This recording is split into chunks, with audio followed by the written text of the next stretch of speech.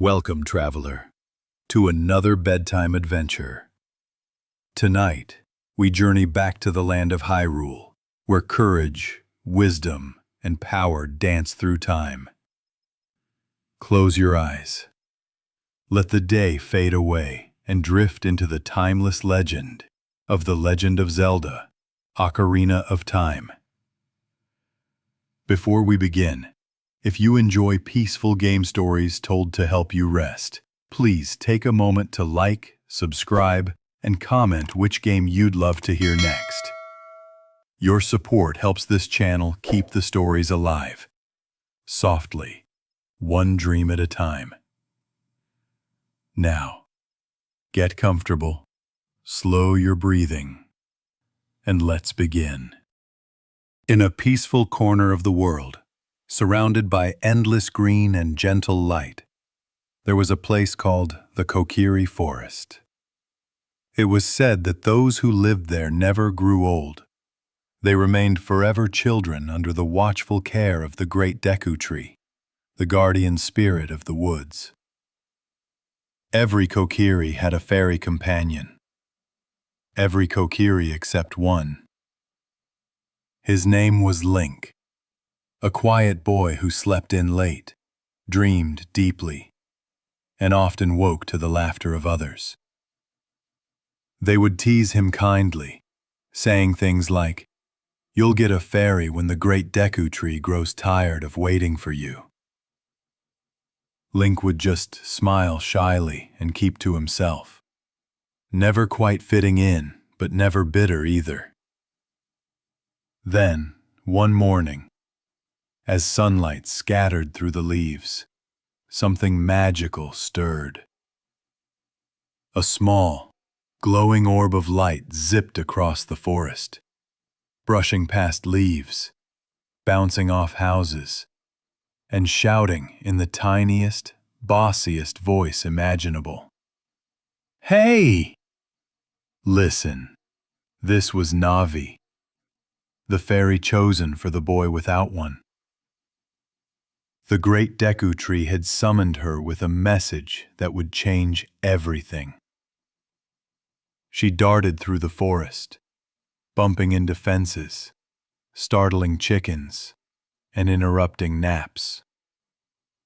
Until finally she found him, asleep as usual, dreaming of adventures he didn't yet know he'd have. "Link! Wake up! The great Deku Tree wants to see you." Link blinked slowly, his eyes adjusting to the shimmer of this strange new companion. He didn't say a word, just stared at her for a moment, probably wondering if this was still a dream. "Come on," she insisted, bobbing impatiently. "You've been chosen by the great Deku Tree himself." And with that, the quiet boy got out of bed, rubbed his eyes, and stepped into the sunlight.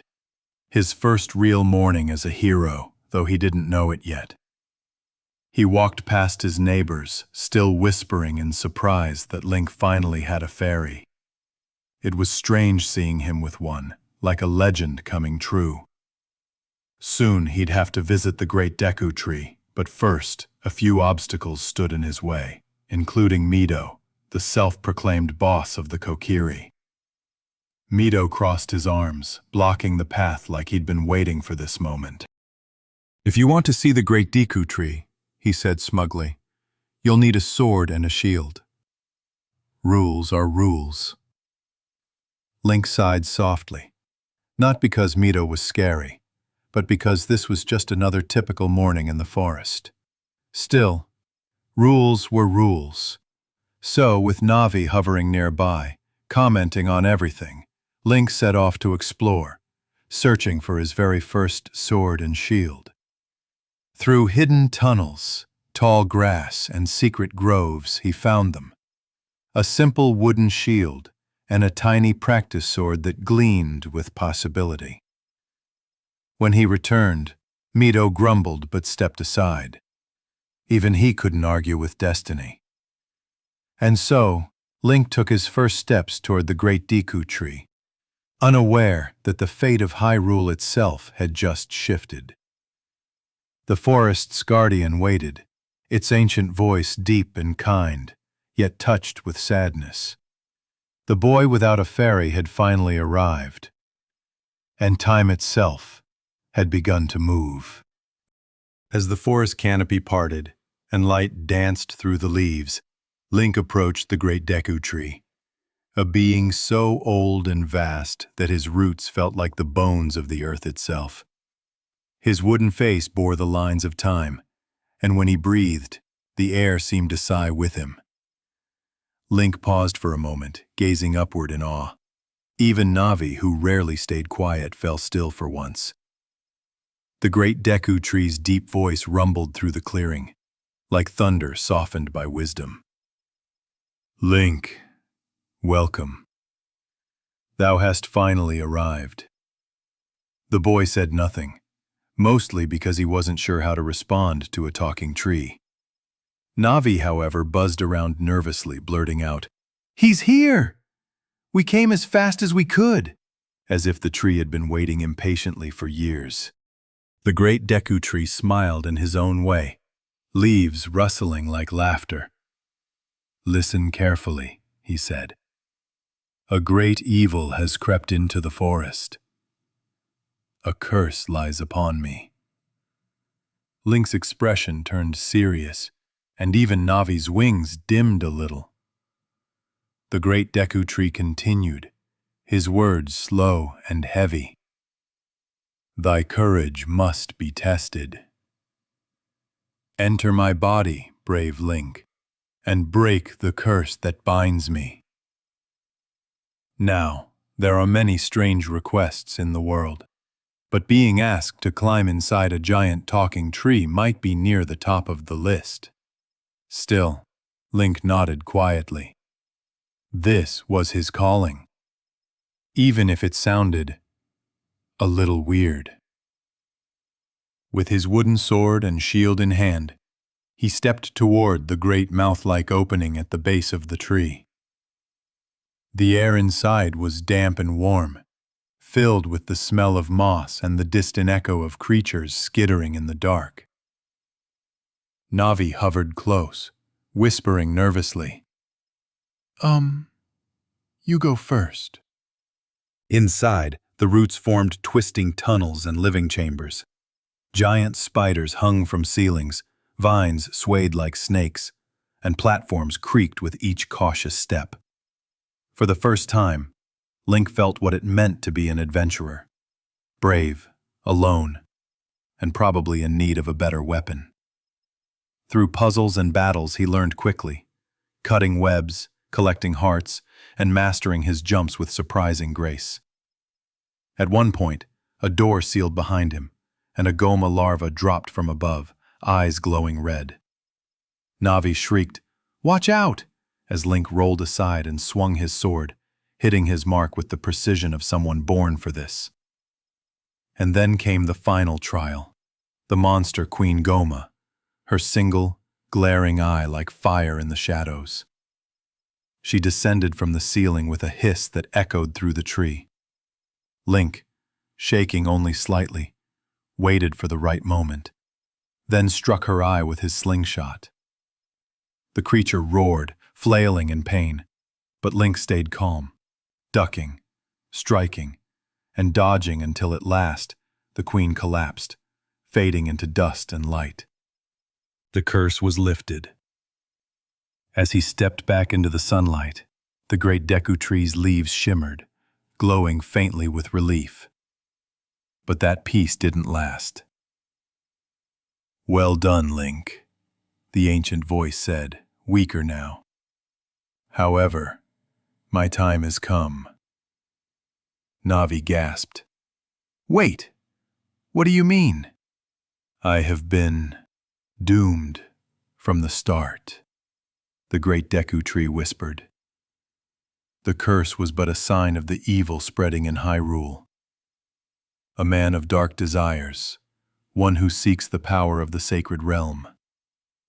He told Link of the 3 golden goddesses who created the world, and of the Triforce, the relic of their power hidden within the sacred realm. The man who cursed him, Ganondorf, sought it for himself. "Go to Hyrule Castle, young Link," the great Deku Tree said, his voice now a fading breeze. "Find the Princess of Destiny, and begin thy journey." The light dimmed. The forest grew quiet. Navi hovered beside Link as he stood silently before the now still guardian, the only father figure he'd ever known. The great Deku Tree had given his final breath to set the story of time in motion. As Link turned to leave the forest, a new sound rose from the distance. The wind carrying a soft melody, almost like a farewell. Saria's song. And with that, the boy who had never left home took his first steps toward destiny, toward Hyrule.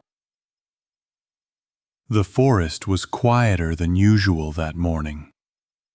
Sunlight peeked through the canopy in soft rays, and for the first time the great Deku Tree's grove stood empty. The air carried a hush, the kind that follows something sacred. Link stood there for a while, unsure of what to do next. He wasn't used to the world beyond the trees. Navi hovered beside him, unusually gentle. "We should go, Link. The great Deku Tree wanted you to find the princess." He nodded slowly, his expression caught somewhere between curiosity and sorrow. As he walked through the winding paths of Kokiri Forest, familiar faces turned to watch him pass. Some waved nervously. Others looked away, unsure how to say goodbye to someone who had always been there but never quite belonged. And then came Mido, the self-proclaimed boss of the forest, waiting in the middle of the path, arms crossed. His usual smugness was gone. He stared at Link for a long moment before muttering, "So, you did it. You killed the great Deku Tree, didn't you?" Link froze, his heart heavy with guilt. He didn't answer, because how could he? Mido's voice cracked slightly as he turned away. "Just go." It wasn't anger anymore. It was pain. Even Mido, deep down, loved the great Deku Tree. Link lowered his head and kept walking, the sound of rustling leaves guiding him forward. And there, at the edge of the forest, waiting beneath the great arch of roots, was Saria, his oldest friend. She smiled softly, though her eyes glistened. "I knew you would leave someday," she said. "But I didn't think it would be so soon." Link tried to speak, but his throat tightened. Saria reached out, holding something small in her hands. A wooden ocarina, polished and carved with care. "This is my gift to you," she said, placing it in his hands. "When you play it, think of me. Maybe we'll still be connected." He nodded, clutching it gently. She looked away for a moment, pretending not to tear up. "You'll be fine," she said quickly, forcing a smile. "You always are." The forest behind him seemed to hum with magic, as though the spirits themselves were watching. He stepped past the roots, and the moment he did, the air changed. Brighter, warmer, freer. Link blinked against the sunlight as he stepped out of the forest for the first time in his life. Before him stretched the vast open fields of Hyrule, an ocean of grass and wind, dotted with distant mountains and a castle shining far on the horizon. Navi zipped ahead, spinning in excitement. "Wow! Isn't it big, Link? Look, you can go anywhere." He didn't answer, of course, just stood there for a moment, eyes wide, wind brushing through his hair. The music of the forest still echoed faintly behind him, Saria's song whispering through the breeze. This was it. His world had expanded beyond anything he'd ever known. And as the camera of imagination slowly pulled back, showing that tiny boy standing alone in a sea of green, the first true adventure of his life had begun. Hyrule fields stretched endlessly before him, wide, open, and alive. The grass shimmered under the sun, and the wind carried the scent of distant rivers and fresh earth. For a boy who had never stepped beyond the forest, it felt like stepping into another world. But Navi, ever the guide, reminded him, "We should hurry, Link. The great Deku tree said to go to Hyrule Castle." Link nodded and began to run. It was a long journey across the open field. Too long, maybe, because halfway through, the sun dipped low and the sky turned orange. Then, the strangest thing happened. The drawbridge to Castle Town began to rise. Slowly. Painfully slowly. Link sprinted harder, but it was too late. The bridge lifted, sealing him outside as night fell. And then came the moans, low, haunting sounds echoing from the darkness. Shadows began to move. Shapes crawled out from the ground, pale and twisted. Stalfos. The undead. Link froze for just a second before realizing his best move. Not to fight, but to run. He darted toward the nearest rock, circling it as skeletons clawed the air behind him. Navi buzzed nervously. "I told you to hurry!" He waited out the night under the faint glow of the moon, finally seeing the drawbridge lower again with the morning light. As soon as it touched down, he dashed across, his boots thudding against the wood. And suddenly, peace. Castletown was bustling. Music, laughter, merchants shouting about discounts, guards trying to keep order. Chickens wandered freely, because apparently that's just what they do here. Link's eyes widened at the sights. Jugglers, bakers, even a dog chasing its tail. It was a strange kind of paradise. He followed the cobblestone road through the marketplace until he reached the castle gates. Guards stood at attention, tall and unmoving. When Link tried to pass, they didn't even look down at him. They just said, "No entry without permission." So naturally, he decided to sneak in. Around the back, a soft hill and a hidden path led to a small stream. He followed it quietly, crawling past sleeping guards and scaling ivy-covered walls. Navi whispered, "Be careful," which of course was the exact moment a guard turned around. Link froze mid-crawl, pretending to be part of the wall. Somehow it worked. Through a courtyard filled with blooming flowers, he finally reached a window, and there, inside, stood a girl. She was young, around his age, with golden hair and the kind of eyes that seemed to see through time itself. Princess Zelda. She gasped softly when she saw him. "Who are you?"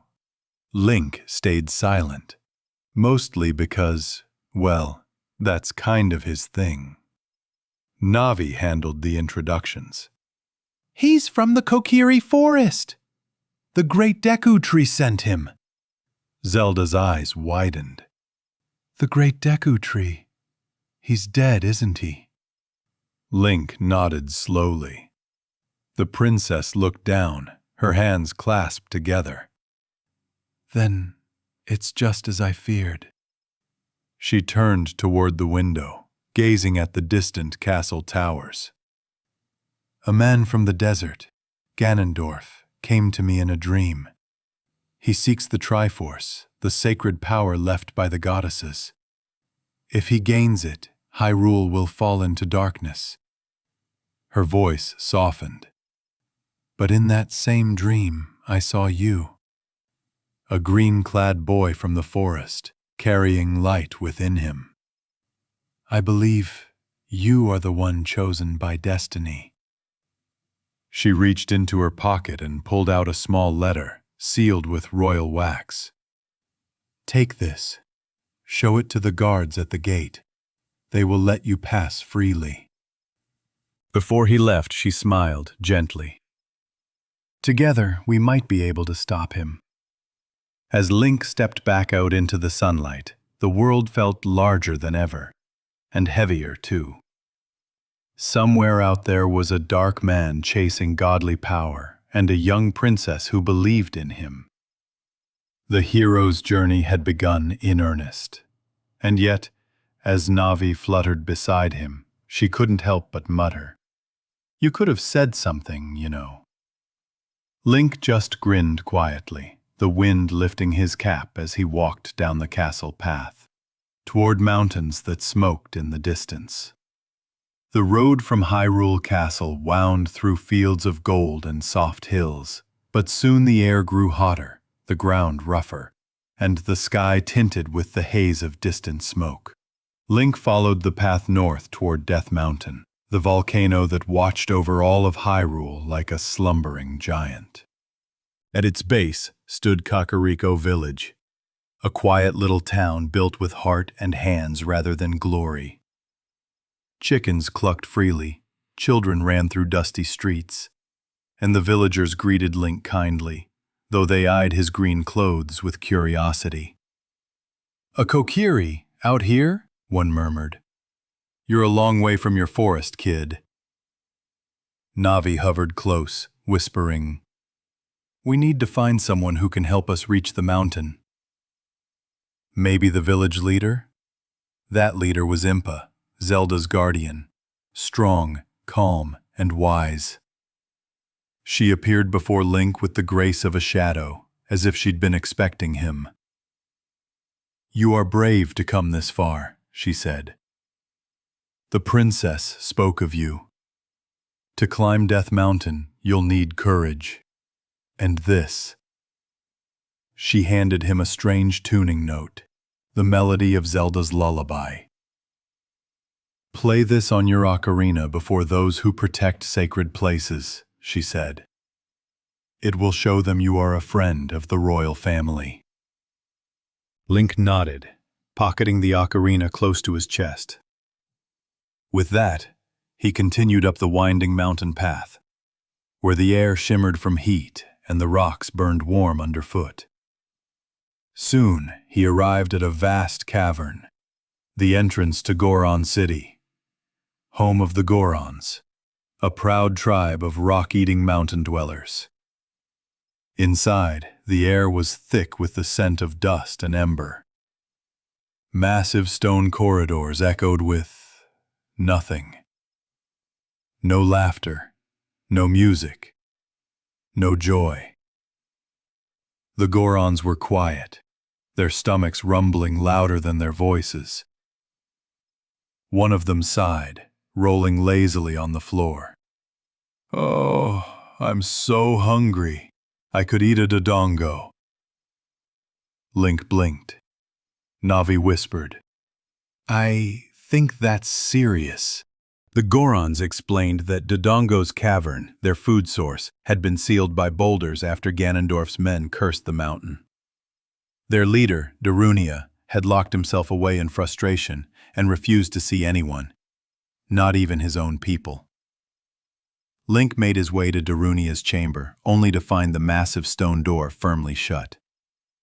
He knocked once. No response. Twice. Still silence.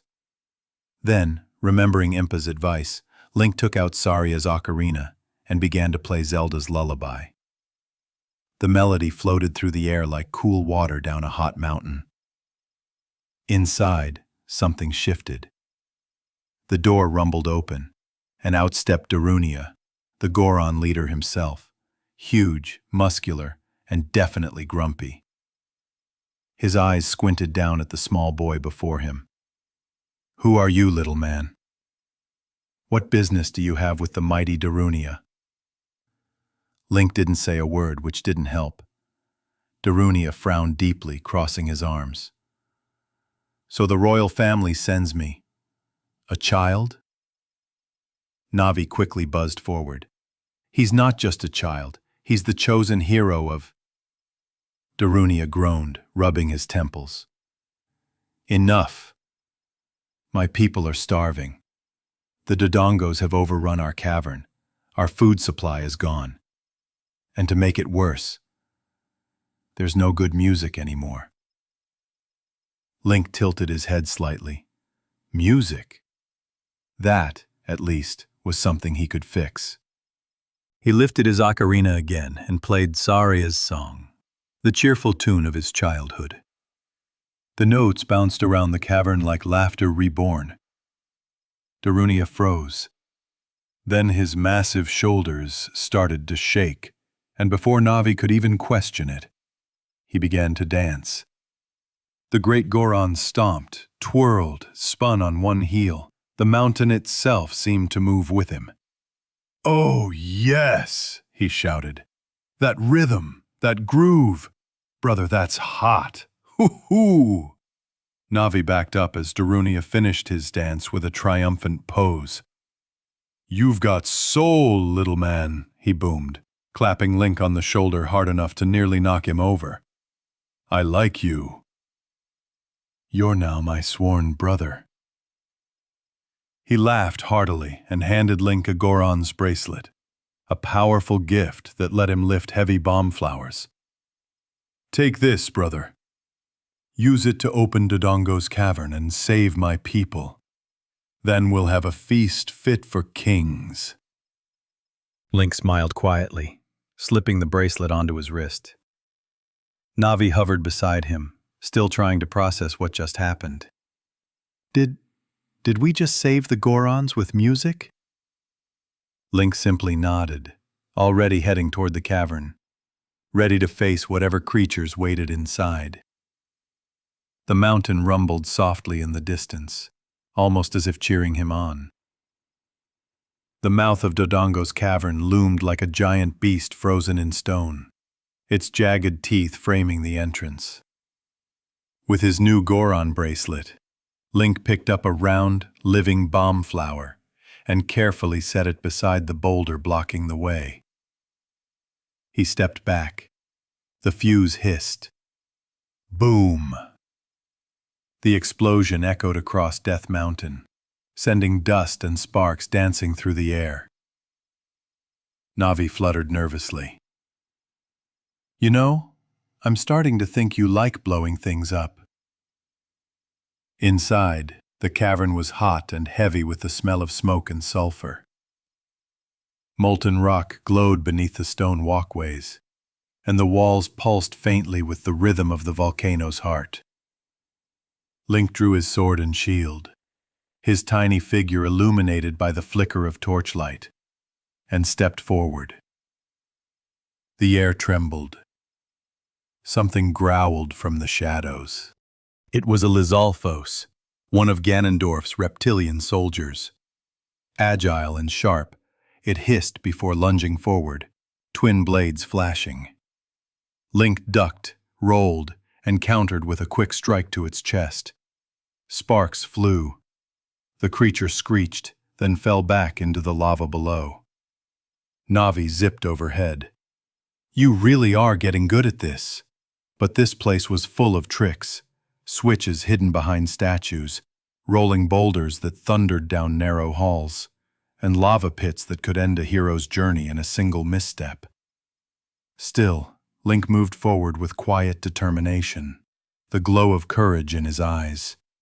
He lit torches with Deku sticks, pushed massive blocks across the floor, and fed bomb flowers into ancient mechanisms until the cavern began to awaken, its deep groans echoing like a living thing. Finally, he reached the heart of the volcano, where a vast chamber opened up before him. A single tremor shook the ground, then another.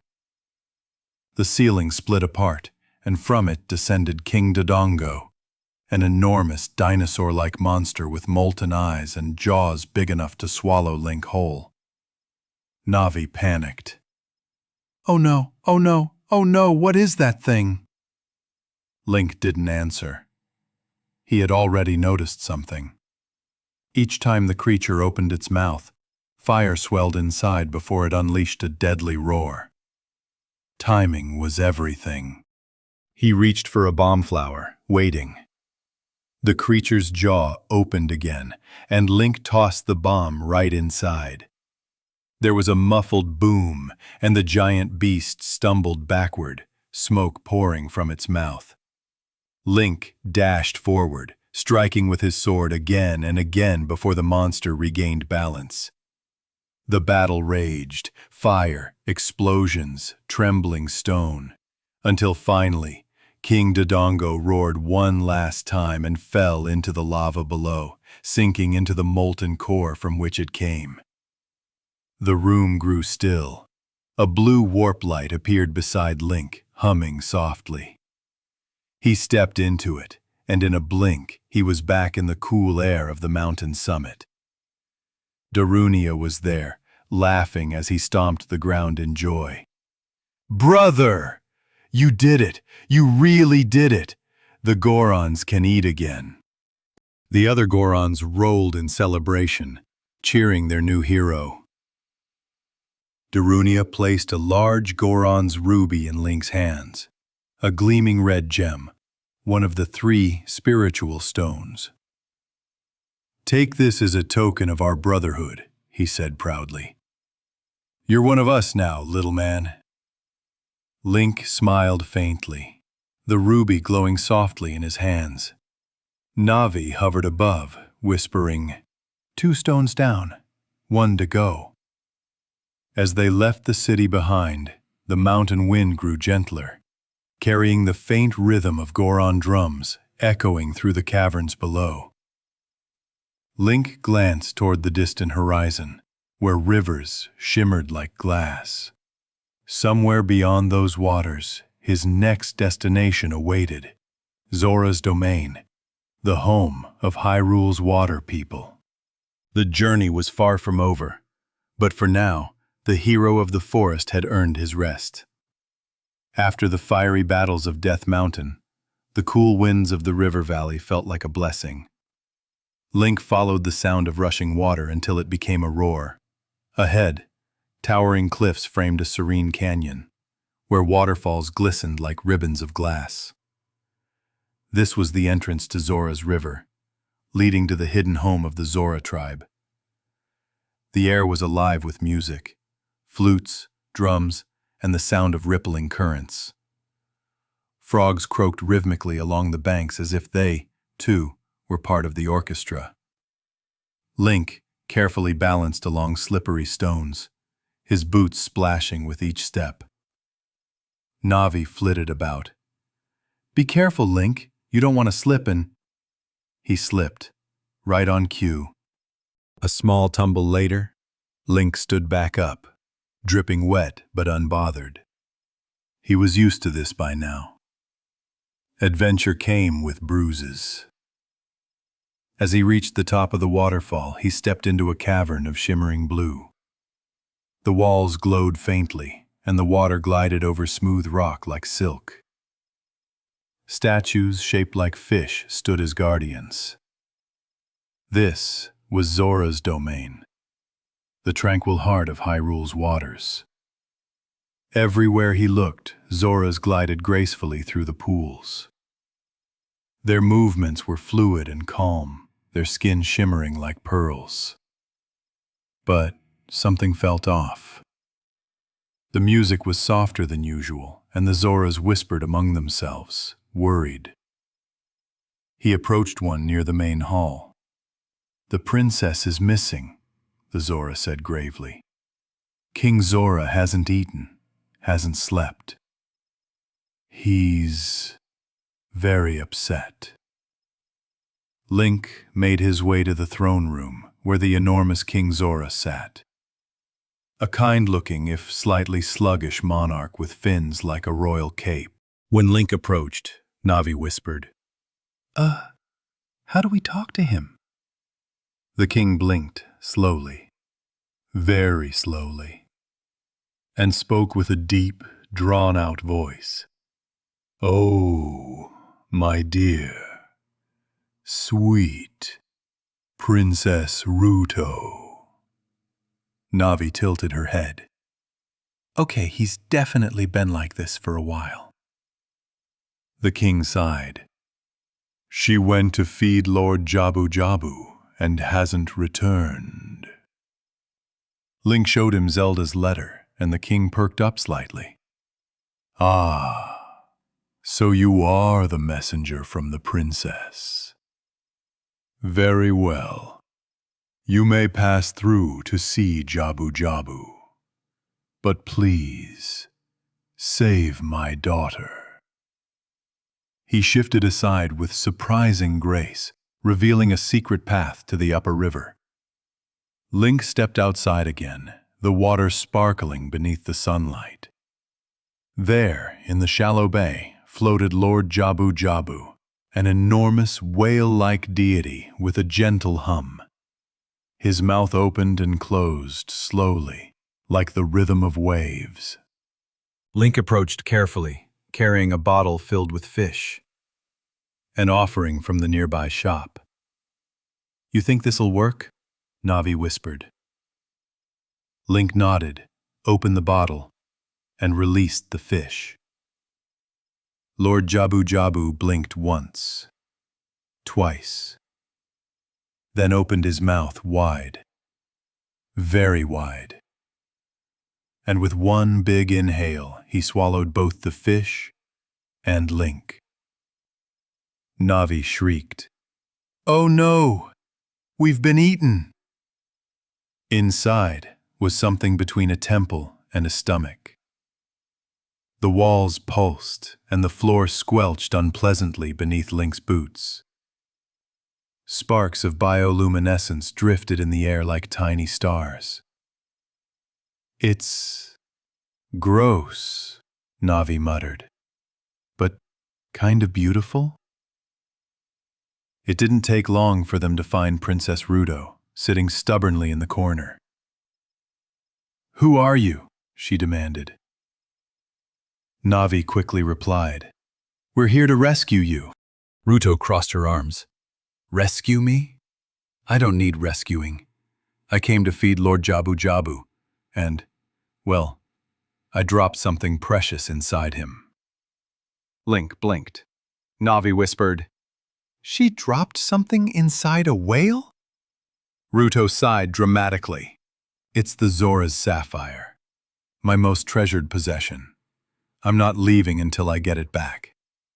And so, against his better judgment, Link followed her deeper inside. The journey was strange. Jellyfish floated like living lanterns, electric creatures sparked from the walls, and slippery platforms made every step a test of balance. Ruto was both bossy and brave, often calling out, "Well, keep up," and occasionally, "Don't drop me this time," when Link had to carry her across gaps. Eventually, they found the sapphire, resting inside a pulsating chamber, guarded by a grotesque creature known as Baranod, a bioelectric parasite that had taken over Jabu Jabu's insides. The battle was chaotic, spinning tentacles, glowing lightning, and Link dodging through bursts of energy.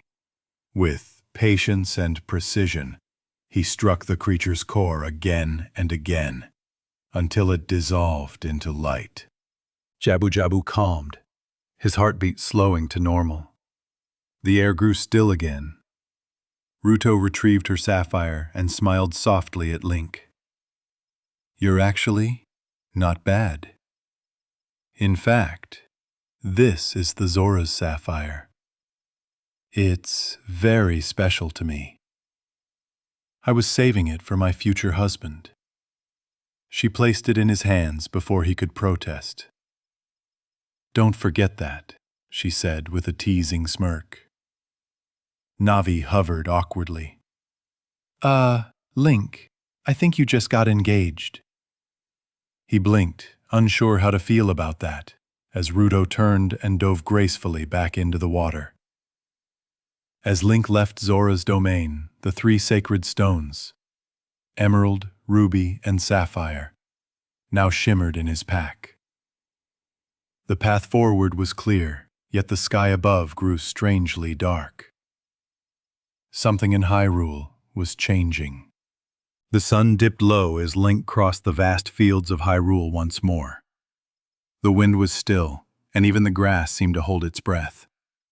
In his hands were the three spiritual stones, each one glowing faintly, pulsing in rhythm with the world's heartbeat. Navi hovered close, sensing that something big was about to happen. "Let's hurry back to the castle," she whispered. "Zelda will know what to do." But as they approached, thunder rolled across the sky. The gates were open, the drawbridge down, and the air smelled of rain and smoke. Link dashed forward, just in time to see Zelda galloping away on a white horse, her face pale with fear. Behind her rode Impa, guiding the reins. Zelda turned just as they passed him, her eyes meeting his for one brief, eternal second. She threw something toward him, a small glittering object that landed with a splash in the moat. And then came the thunder again, not from the sky, but from hooves. From the castle gate burst a dark figure on a black horse, cloaked in crimson and shadow. His eyes burned with power and arrogance. He pulled his horse to a stop, glaring down at Link. "Where did they go?" he demanded. Link stood firm, clutching his sword. Ganondorf's sneer curled into something between amusement and cruelty. "You think you can protect her?" he said, raising a hand. "You pitiful child." With a flick of his wrist, lightning erupted. Link shielded his face, barely staying on his feet as Ganondorf's laughter echoed through the storm. Then, with one last glare, the Dark King spurred his horse and vanished into the night. When silence returned, Link dove into the moat, retrieving the object Zelda had thrown. A small Ocarina of Time, glowing faintly blue.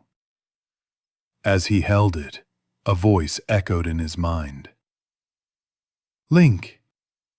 It was Zelda's voice, soft and distant. "If you're hearing this, it means I can't return. The sacred realm can only be opened with the three spiritual stones, and this ocarina. Together, they unlock the door of time inside the Temple of Time. Go there, before it's too late." The message faded, leaving only the rain and the sound of the castle drawbridge creaking behind him. Link looked up toward the storm clouds. The world had changed.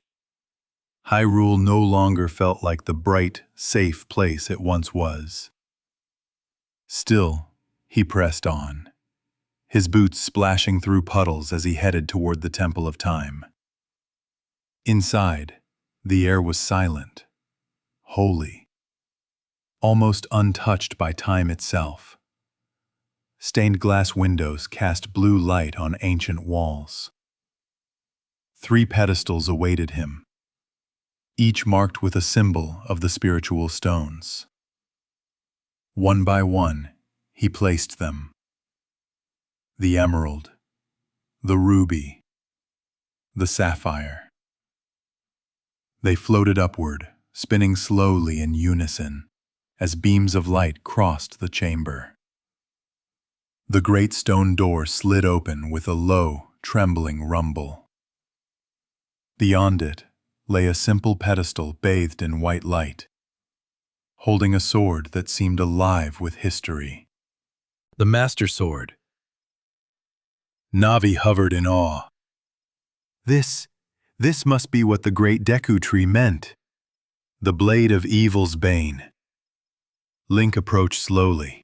His reflection shimmered on the blade's surface, still the face of a boy. With both hands he reached forward and pulled.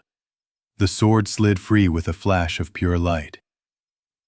But in that same moment a voice, ancient and unseen, spoke within the temple. The chosen hero, the one worthy of time. The light intensified, surrounding Link completely. He tried to move, but his body froze. The sword hummed like a heartbeat. The world around him began to fade.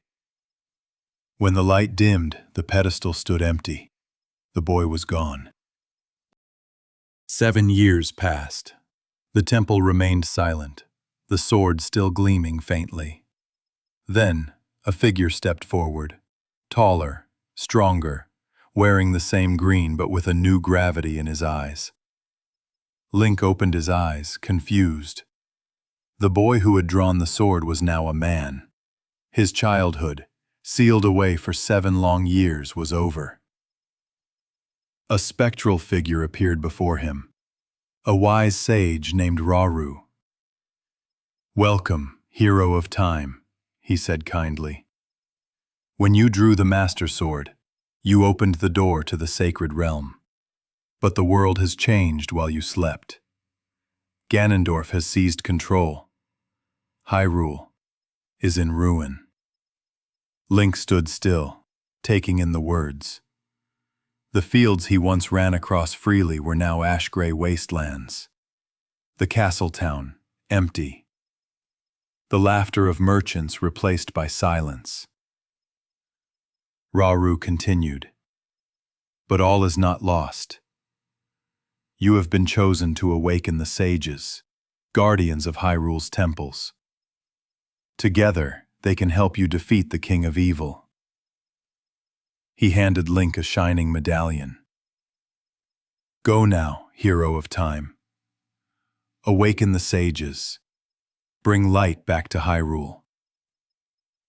And as the temple's light faded, Link, now grown, stepped into a darker world than he remembered. The age of innocence had ended. The age of heroes had begun. When Link stepped out of the Temple of Time, the air felt colder than he remembered.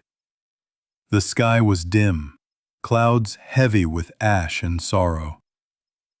Hyrule, once filled with laughter and song, now lay under a blanket of silence. The fields were barren. The rivers ran thin and dark. The castle town's gates, once bright and welcoming, now hung crooked, scorched by fire. Link hesitated. "This can't be real," Navi whispered softly, her glow faint against the gloom. But it was. The years had passed, and Ganondorf had made good on his promise. He ventured into the ruined Hyrule castle town, where ghosts of laughter still echoed between cracked walls. Market stalls stood empty, their wares long forgotten. The air smelled of dust and decay. At the center, the fountain still stood, but what surrounded it made Link freeze. Redeads. Tall, gaunt creatures with pale, twisted skin. They stood still, silent, until Link's footsteps echoed too loudly. Then their heads turned, slowly, their mouths opening in that unearthly shriek. Navi panicked. "Don't let them touch you!" Link rolled aside, heart racing. He swung his Master Sword once, twice, their cries fading as quickly as they had begun. Then he slipped away, silent again. Past the ruined square, he found his way to Kokiri village, one of the few places still alive. Smoke rose from small chimneys, and the people there greeted him with tired but kind faces. The village had become a refuge, protected by Impa, though she was away guarding the Shadow Temple. In her absence, a strange man named Sheik appeared, a mysterious figure cloaked in blue and white, face covered, voice calm and steady. You've awakened, Sheik said. 7 years have passed since you drew the Master Sword. The world is not the same, hero of time. Link listened in silence, his eyes searching Sheik's for something familiar. The temples that once protected Hyrule's balance are now corrupted by Ganondorf's power, Sheik continued. If you are to save this world, you must awaken the sages sleeping within them. Each temple has one, guardians tied to your past.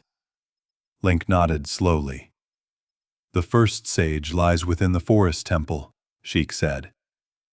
Deep in the woods where your journey began. At that, Link's expression softened.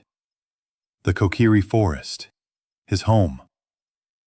Sheik vanished in a blur of light, leaving only a faint shimmer in the air. When Link returned to the forest, it no longer sang with wind and laughter. The leaves whispered softly, but the joy was gone. Shadows crawled where light once danced. Even the great Deku tree's stump had begun to fade with age and sorrow. The Kokiri hid in their homes, afraid of monsters that had crept in. Only Mido, still stubborn and proud, dared to stand guard.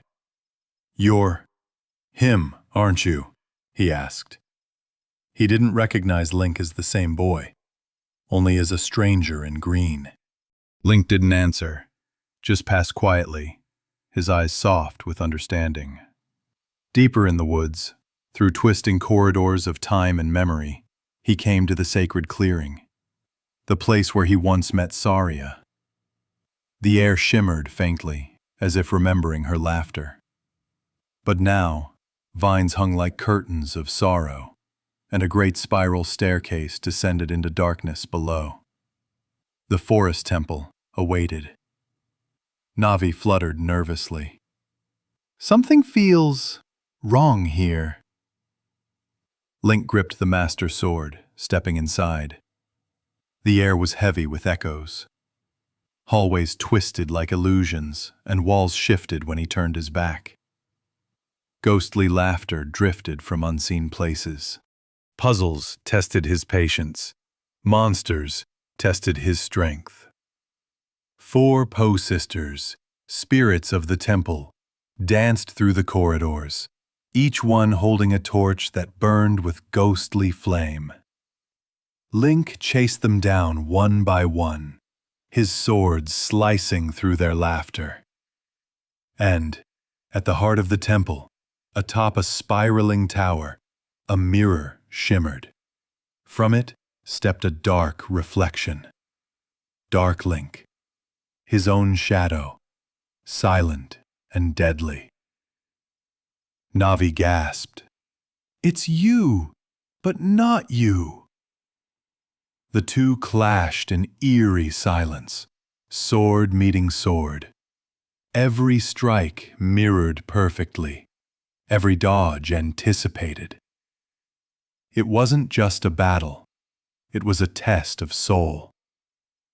When the final blow landed, the shadow shattered like glass. The temple fell quiet once more. Link climbed to the highest chamber, where light poured through broken windows.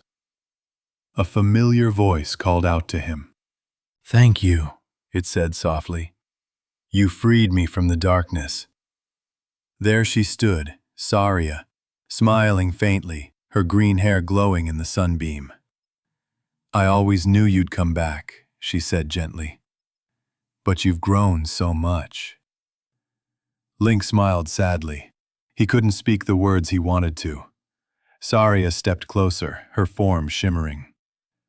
I am the sage of the forest now. I will help you from afar. The forest will always be with you, Link. And so will I. Light enveloped her, and she faded into spirit.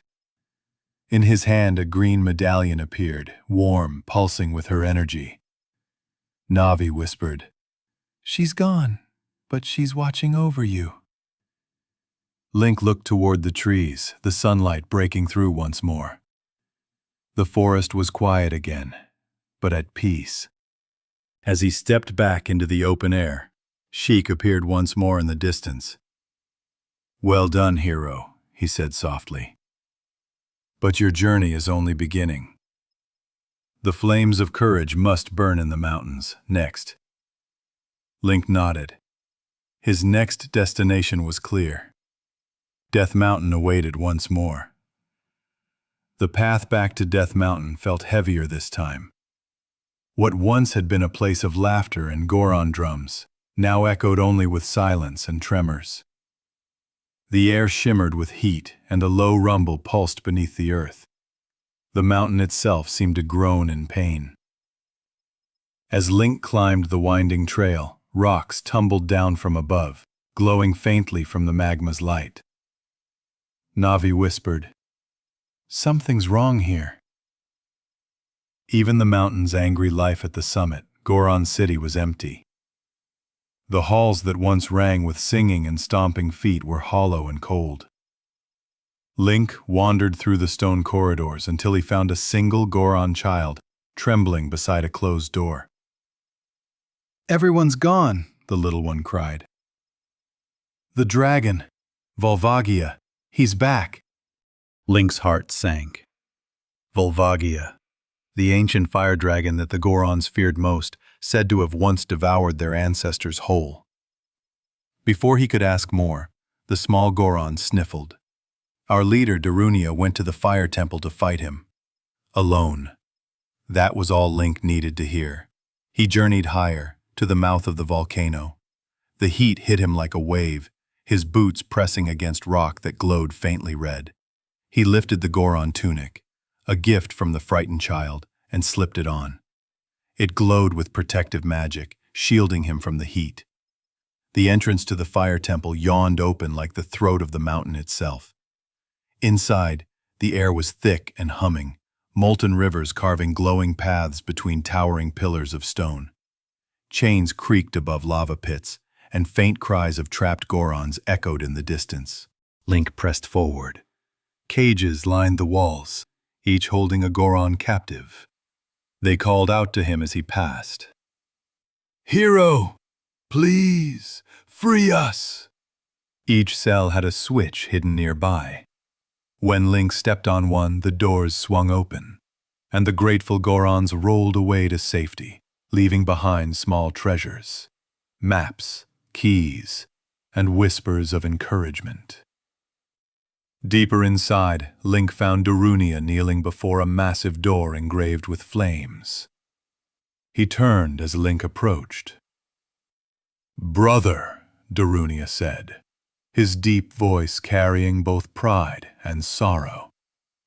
"So you've grown up. I knew the day would come when you'd return." Link nodded, eyes serious. Darunia placed a hand on his shoulder. "The others are trapped, but I'll handle the dragon. This is my fight." Link shook his head firmly. Darunia smiled. "You haven't changed. Still stubborn. Very well. If you must help, free the others. Leave Volvagia to me." He turned and entered the great chamber, the door sealing behind him with a crash. Link continued freeing Gorons, navigating bridges of iron and lava flows, using his new megaton hammer to smash pillars and open new paths. The hammer struck with the weight of thunder, breaking through stone like it was paper. Eventually, he reached the heart of the temple, a great arena filled with smoke and molten rivers. The smell of scorched air filled his lungs. There, rising from the magma, was Volvagia, long, serpentine, and crowned with burning hair. Its body shimmered like liquid fire, eyes blazing with hatred. Link gripped the hammer tightly. The battle began. Volvagia dove beneath the lava, emerging suddenly with a roar, flames spilling from its mouth. Link rolled aside, waiting for the brief moment when its head rose from the magma. Then, thud, he slammed the hammer down on its skull. The beast shrieked, thrashing wildly. The ground trembled, sending waves of molten rock across the floor. Navi darted above. "Watch out! It's coming again." Link stayed calm, timing each move. Wait, dodge, strike.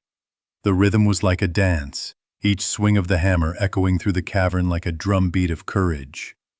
Finally, with one last blow, Volvagia reared back, its roar fading into a long, fading wail. Its body twisted, flames extinguishing until only ash remained. The mountain fell silent. A beam of light shone down upon the arena, and Darunia's voice echoed faintly through the smoke. "Thank you, brother. You truly are the hero of time." When the light cleared, Link found himself once more in the Chamber of Sages. Darunia stood before him, smiling warmly. "I knew you'd come through," he said proudly. "You've always been one of us. As long as the mountain stands, the Gorons will never forget you." He raised his hands, and a red medallion floated toward Link. "Take this, brother. My power will be with you always." The medallion settled into Link's chest, pulsing with the strength of fire and friendship. Back on Death Mountain, the lava cooled, and the air softened. The Gorons sang again, their drums echoing through the peaks like a heartbeat returning to life. Link stood at the summit, the wind cooling his face, and looked toward the distant lake glimmering under the horizon. "Next," Navi whispered, "we go where the waters run deepest." Zora's domain awaited once more, frozen in time. The climb down from Death Mountain gave way to soft winds and the gentle shimmer of twilight over the plains. From there, Link journeyed back toward the lake, a place he remembered as bright and full of song. But when he arrived, the world felt still. Lake Hylia, once alive with rippling water and laughter, was nearly dry. Its surface had sunken into a shallow basin, the temple entrance barely visible beneath what little water remained. Navi hovered in disbelief. "What happened here? It's empty." A lone figure stood at the edge of the dock. Sheik. He looked out across the pale water, his voice calm but edged with sadness. "The flow of time is always cruel," he said. "Its speed seems different for each person, but no one can change it." Link stood beside him in silence, watching the wind ripple across the muddy surface. "The Zoras are trapped beneath the ice," Sheik continued. "Their princess, Ruto, waits for you within the water temple. She, too, has awakened as a sage, but the temple is cursed. Go, hero, restore the water's peace." He vanished again, like a whisper carried off by the breeze. Link stepped to the water's edge, slipped on the iron boots, and sank beneath the surface. The descent was slow and heavy, bubbles rising around him like drifting stars. The water grew darker, colder, until the ancient doors of the water temple appeared from the gloom. Inside, the temple felt less like a structure and more like a living dream. Endless chambers of reflective water, silent corridors, and platforms that seemed to float in space. The only sounds were the muffled echoes of footsteps and the soft hum of currents shifting behind the walls. The temple's power revolved around water itself, raising and lowering its levels through sacred switches. Link would strike one, and the entire temple would transform, passages opening or vanishing beneath the tide. It was a puzzle within a puzzle, calm, frustrating, and strangely beautiful. At times, Link caught glimpses of himself in the shimmering water, a reflection watching him from just below the surface. Navi noticed too. "That's odd. Why does it feel like it's looking back?" Hours passed in quiet focus, fighting watery monsters, unlocking chambers, and guiding the flow of the temple until he reached the central room, its floor covered in a thin sheet of water like a mirror. He stepped forward. From his reflection, another figure rose, identical in every way. The same green tunic, the same sword, the same calm, determined stare. Dark Link. He didn't speak. He didn't need to. His presence alone felt like a memory come to life. The echo of every fear, every doubt buried inside. The two circled each other. Steel met steel, each strike precise and silent. Every move Link made, the shadow mirrored perfectly. He jumped. The reflection jumped higher. He blocked. The reflection countered instantly. The battle wasn't just physical, it was spiritual. A duel against his own heart. Navi whispered softly, "He's you. You have to believe you're stronger." Link steadied his breath, eyes narrowing. Then he feinted left, rolled right, and struck with the megaton hammer, shattering the reflection's guard. The shadow staggered, flickered, and dissolved into mist, fading back into the water's calm surface. Silence returned.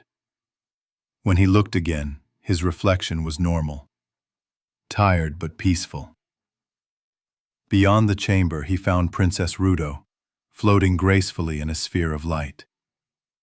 "You came," she said softly, smiling with both pride and sorrow. "You never forget your promises, do you?" Link blinked, remembering her words from years ago.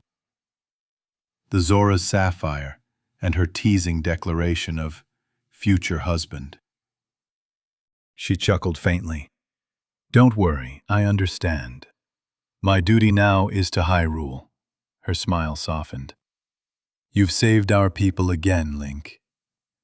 But my role as sage begins now." Light enveloped her, the water around her shimmering with new life.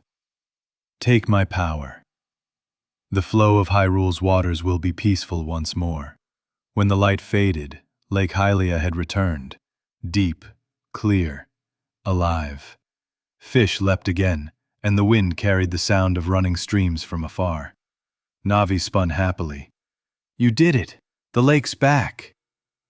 Link stood quietly at the dock as the sun rose, its reflection stretching across the surface like gold. He felt something stir, hope, faint but real, and from a nearby cliff, Sheik appeared once again, watching in silence. "The water's calm now," Sheik said softly, "but the shadows are restless. Your next journey lies where the sun never reaches, beneath the village, in the Shadow Temple." The calm wind rustled his scarf, and before Link could speak, he was gone. Link looked out one last time across the lake, then turned toward the mountains. The water had been saved. Now it was time to face the darkness itself. The road back to Kakariko Village felt heavier than usual. The skies above Hyrule were gray, and a strange chill lingered in the air. Link had grown used to battles, but this time, the feeling in his chest wasn't courage or fear. It was something else, a quiet unease. As he stepped into the village square, the sound of fire and panic shattered the calm. A scream echoed from above. Flames rose from one of the houses, the sky swirling with dark energy. Link dashed forward, shielding his face from the smoke. From within the chaos, a single figure stood. Sheik, motionless, staring at the fire. Shadows twisted around them like smoke made of ghosts. "It's begun," Sheik said quietly. "The darkness from the well. It's free again." The ground shook. Wind howled through the village. Then, silence. When the tremors stopped, Sheik turned to Link, his voice low and steady. "If you wish to stop what's coming, you must learn the melody that leads to the Shadow Temple. the Nocturne of Shadow. He raised his harp and began to play. The notes were slow and haunting, curling through the air like whispers. Link lifted his ocarina and joined in, the two melodies intertwining like light and shade. When the song ended, Sheik's form flickered in the fading light. "Beneath the graveyard," he said softly, "the true history of Hyrule sleeps. Be strong, hero. The truth is not gentle." Then he vanished, leaving only the echo of the harp and the faint smell of ash. Link made his way to the graveyard behind the village. The air was still. Rows of gravestones lined the path, their inscriptions faded by time. At the far end, a small tunnel waited beneath a large headstone. He pushed it aside and stepped down. The well yawned open before him, a narrow descent into the unknown. The air below was damp and cold, colder than any place he'd been. It wasn't the kind of cold that came from weather. It was the kind that came from memory. Inside, walls seemed to breathe. Shadows stretched longer than they should. The further he walked, the more the world itself seemed to twist. It was like stepping through the spaces between nightmares. There, in the depths, he found a strange tool. The lens of truth. When he peered through it, hidden doors and invisible bridges appeared, the unseen world suddenly visible. But with truth came horror. Beneath the well, he saw what Hyrule had forgotten. Ancient prisons, chains embedded in the walls, bones scattered beneath the floor. When he emerged again, the night air felt heavier. Sheik's voice returned to him in memory. Beneath the village lies the Shadow Temple, where Hyrule's dark history is buried. Those who gaze upon it must face death itself. Link stepped toward the entrance. A cave carved with markings of old, guarded by two flaming torches that burned without smoke. He played the Nocturne of Shadow, and the flames turned blue. The sealed door opened. Inside, the world was swallowed by darkness. The only light came from his torch, flickering faintly against walls of bone and stone. The Shadow Temple was not a place of worship, but of remembrance and of warning. It was filled with whispers, illusions, and things that moved when you weren't looking. He crossed invisible bridges high above bottomless pits, followed by echoes of laughter that weren't Navi's. Ghostly blades swung silently from the ceiling. Phantom hands reached from the floor. And then, deep within the temple's heart, a shape unfolded from the shadows. Something not quite alive and not quite dead. Bongo Bongo. A faceless spirit with two enormous floating hands. It emerged from the darkness like a memory too terrible to forget. Its body pulsed with purple light, and it beat a giant drum that shook the ground itself. The rhythm was chaotic, like a heartbeat out of sync with the world. Navi shrieked, "Link, its weak point! Its head!" Use the lens. Through the lens, the invisible shape became clear. A head, upside down, with a single glaring eye. Link aimed his bow and struck. Arrow after arrow, glowing through the dark. The creature screamed in fury, slamming its fists on the drum in wild rhythm, shaking the chamber like thunder. But Link stood his ground. When the creature lunged, he swung the Master Sword in one swift arc, piercing through the darkness. The drum went silent. The echoes faded. A soft light filled the chamber, and the air became still once more. When Link opened his eyes, he was back in the Chamber of Sages, standing before a familiar figure, Impa, Zelda's guardian. "Link," she said gently, "I am the Sage of Shadow. The people of this village are safe because of you." She looked at him with pride, but also sorrow. "I swore to protect Princess Zelda, but she too carries a great burden. You will see her again soon, when the time is right." She raised her hands, and a purple medallion formed in the air. "Take this, Hero of Time. May the shadows serve your light." The medallion floated to his chest, warm against the cool air. When he opened his eyes again, he stood beneath a night sky full of stars. The village was quiet. The fire was gone. Navi hovered near his shoulder. 4 sages, that's 4. Only 2 remain." Link looked toward the desert, where a red glow shimmered faintly beyond the mountains. The spirit temple was calling. The road to the desert was long, stretching past scorched canyons and golden dunes that shimmered under the afternoon sun. Heat waves danced like ghosts across the horizon. The wind carried whispers, not quite words, but memories of those who had walked the sands before. This was the haunted wasteland, home to lost travelers and forgotten truths. Link stood at the edge of the desert, squinting against the wind. The air was dry, the light blinding. Each step sank into the hot sand, his boots leaving temporary marks that the wind quickly erased. Navi fluttered beside him.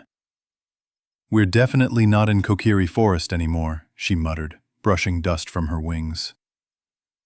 Through the haze, the faint outline of a fortress appeared, a sprawling structure carved into the cliffs. It was both elegant and dangerous, guarded by fierce warrior women known as the Gerudo. Link had heard of them, a tribe of proud, skilled fighters who lived by their own code. Only one man was ever born to their people every 100 years, and this time that man was Ganondorf. As he approached the gate, he was spotted almost immediately. "Intruder!" a guard shouted. Within moments, nets dropped from above, and everything went black. When Link woke, he found himself in a small cell, guarded by Gerudo warriors with sharp eyes and sharper scimitars. But captivity couldn't hold the Hero of Time for long. With quiet steps and a clever aim, he used his hookshot to slip through the fortress, freeing captured carpenters who had been taken prisoner while trying to build bridges through the desert. Each one thanked him, loudly, which didn't exactly help with stealth, but it was appreciated. When the last prisoner was freed, the Gerudo guards cornered him once more, but this time, instead of attacking, they stepped aside. A tall woman with bronze skin and long red hair approached, her gaze confident yet curious. "You've proven your skill," she said. "You fight with honor and heart." This was Naburu, second in command of the Gerudo tribe. "I'm not like the others," she said. "Ganondorf betrayed our people. He twisted our pride into his ambition. I plan to stop him, in my own way." She paused, studying Link. "But I can't reach the Spirit Temple alone. It's built so that only a child can reach its inner chambers." Navi tilted her head. "A child? Well, that's a problem," Link thought quietly. Then remembered something. The Temple of Time, the Master Sword, and the pedestal that had once sealed away his youth. He nodded silently and left the desert, returning through wind and shadow until he reached the sacred chamber once more. Placing the Master Sword back into the pedestal, the light around him pulsed, and the world shimmered. When he opened his eyes, he was small again. The boy who had once played in the forest had returned. He made his way back to the desert, sneaking past Gerudo guards who now looked impossibly tall. Naburu smiled when she saw him. "So you found a way," she said softly. "Good. Come, I'll need your help inside." Together, they entered the spirit temple, its massive statues carved in the image of goddesses long forgotten. Sand shifted under their feet as sunlight poured through cracks in the ceiling, catching on floating dust. The temple was split in two, a path of youth and a path of age. As a boy, Link could only explore so far, solving puzzles and aiding Naburu in retrieving sacred relics. At one point, as they reached the inner chamber, she smiled down at him. "You remind me of someone I used to know. Brave, stubborn, and kind." But before she could say more, a sudden wind howled through the temple. Two eerie, laughing voices echoed through the halls. Twin witches appeared, Koume and Kotake, Ganondorf's surrogate mothers. Their hair and cloaks swirled like fire and ice. "Ah, Naburu," one cackled. "Still meddling in our plans, are we?" "Such a shame," the other hissed. "But we'll fix that." Before Link could react, they cast a spell that engulfed Naburu in blinding light. When it faded, she was gone. Navi gasped. "They took her!" Link clenched his fists, his heart heavy. He was too small to face them now. He had to return, stronger, older, ready. He left the temple and once again drew the Master Sword, light swirling as years caught up with him in a single breath. Now grown, he stepped back into the spirit temple as a man. The halls were quieter, older somehow, filled with echoes of what had been. But he could feel her presence still, somewhere deep inside. He pressed forward through puzzles of mirrors and light, fighting massive iron knuckles, armored giants whose axes crashed like thunder. When the last one fell, the armor broke apart, revealing Naburu. She fell to her knees, freed from the witch's spell. "Link, you did it," she whispered weakly. They used me. But I knew you'd come." Before she could stand, the witch's laughter filled the air once more. "You again," they taunted, floating above him. They circled him, attacking with blasts of fire and ice. Link deflected, dodged, and struck back. The heat seared his tunic, the frost bit at his skin, but his resolve didn't waver. When the witches combined into a single monstrous form, Twinrova, their powers fused. The battle blazed like a storm. He used his mirror shield to reflect their own magic back at them, one beam after another, until the sisters screeched in unison and fell. The temple fell silent once more. A soft golden light surrounded Link. Naburu's voice returned, calm and proud. "Thank you, hero. I am the Sage of Spirit now. Even in death, I'll fight for my people. You've freed us from the chains of our past." A golden medallion appeared before him, glowing with warmth. "Take this, and tell the world, the Gerudo are not defined by him." When Link stepped outside, the desert was peaceful again.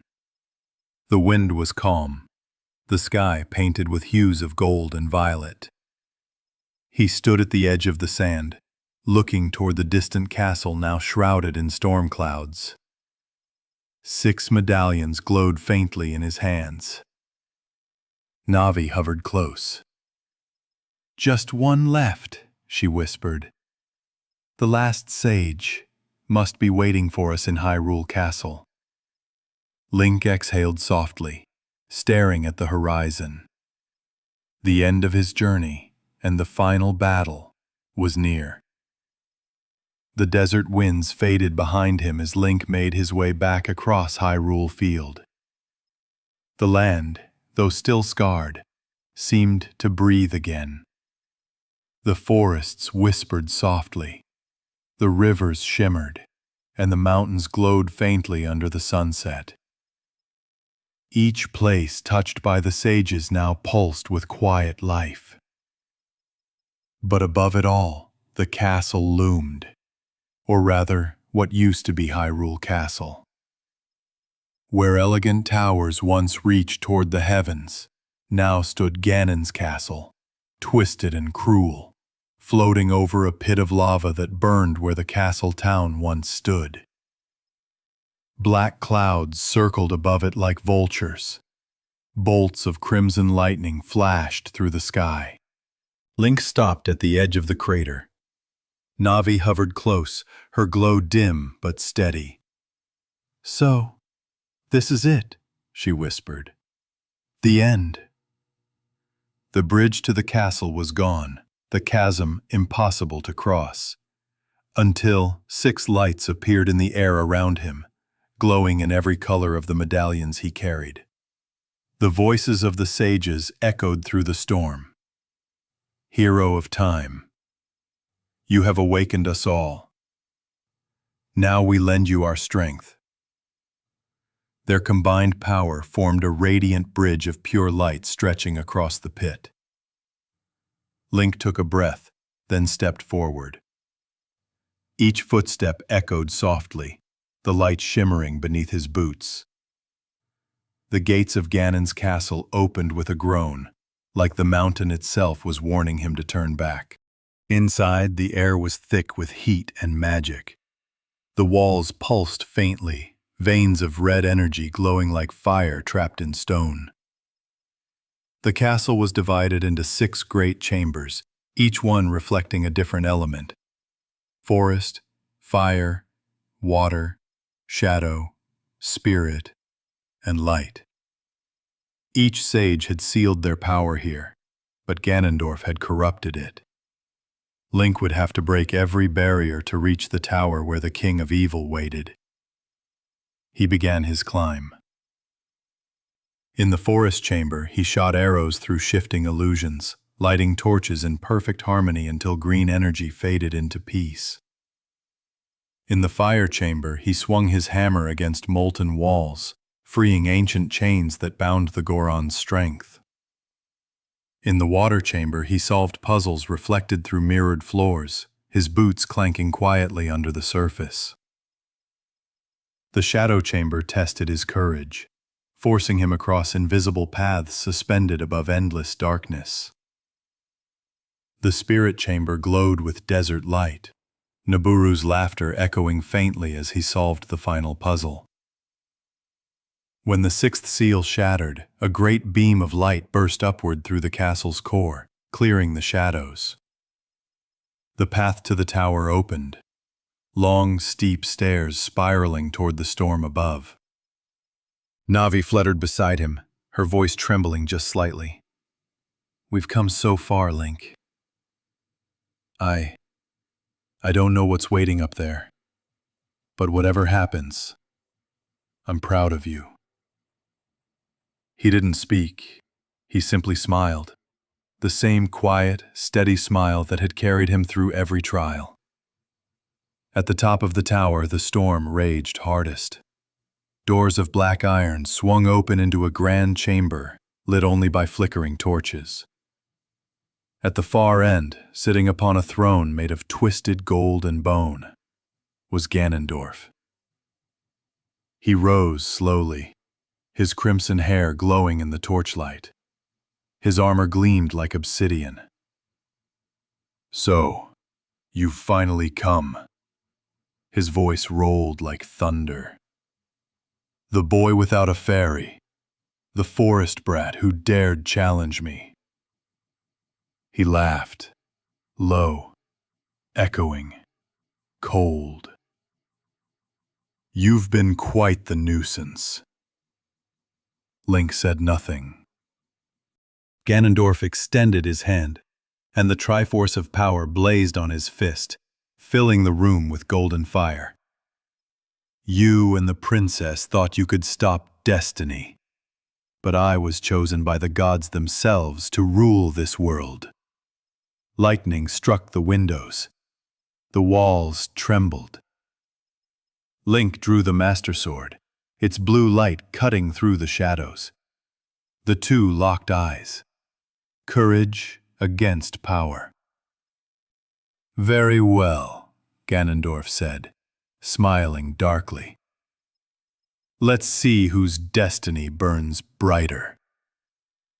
He raised his hand, and bolts of dark energy filled the room. The battle for Hyrule had begun.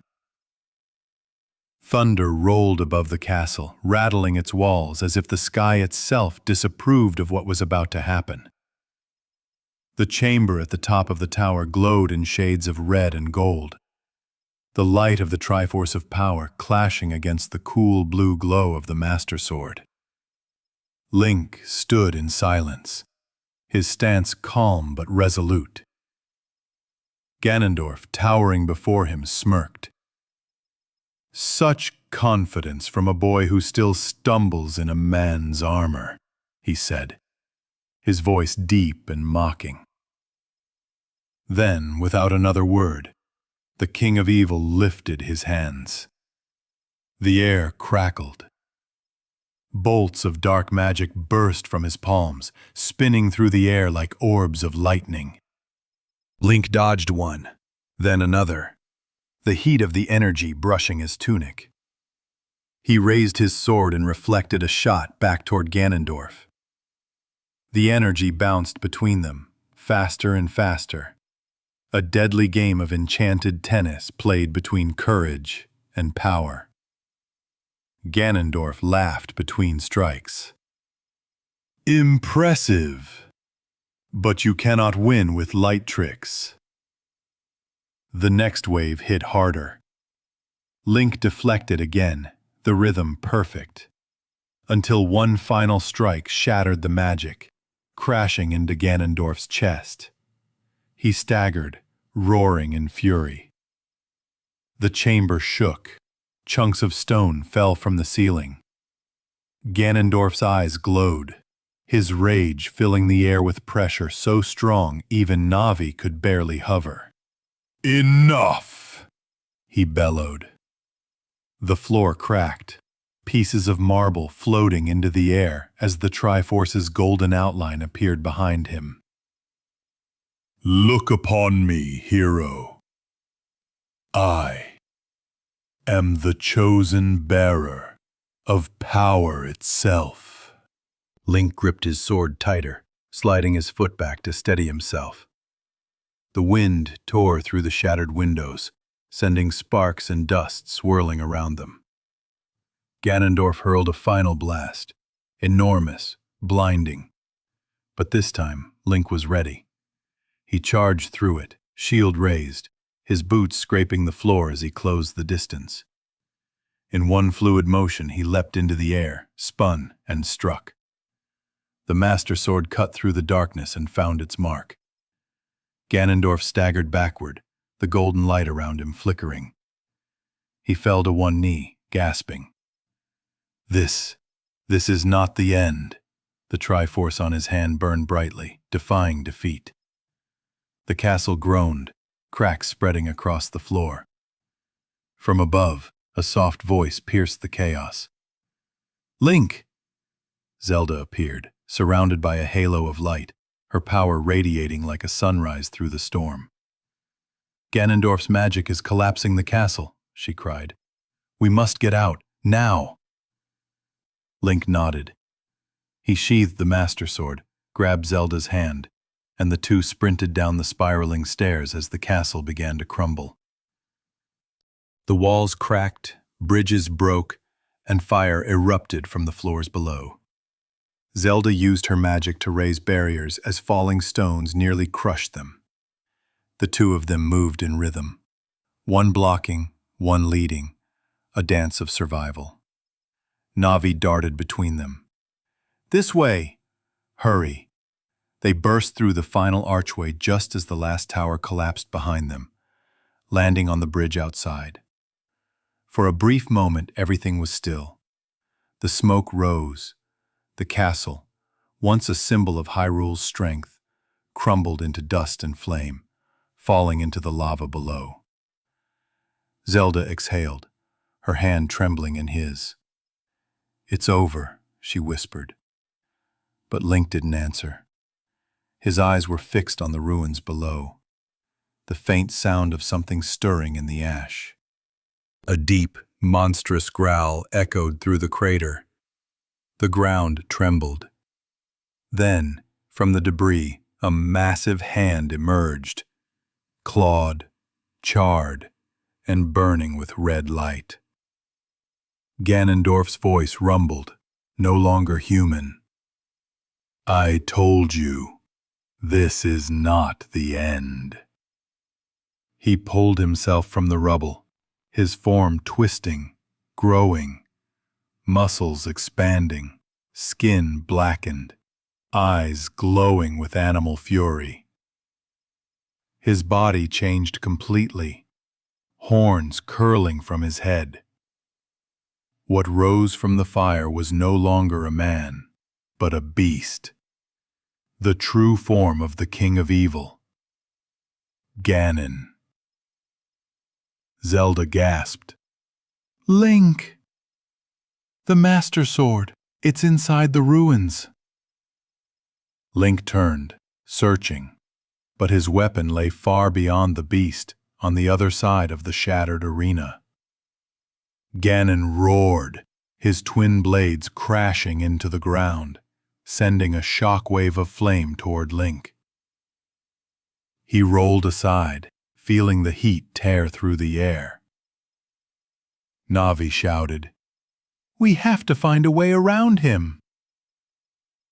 The fight wasn't over. It had only changed shape. The hero of time now faced the monster of legends, and the true battle for Hyrule's soul had begun. The ruins burned beneath a blood-red sky. The air was thick with smoke and the smell of iron and ash. In the center of it all, Ganon towered over the shattered ground, a monstrous silhouette outlined by flame.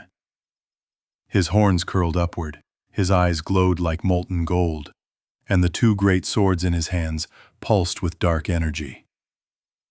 Zelda gasped behind Link, clutching her chest. "Link, be careful."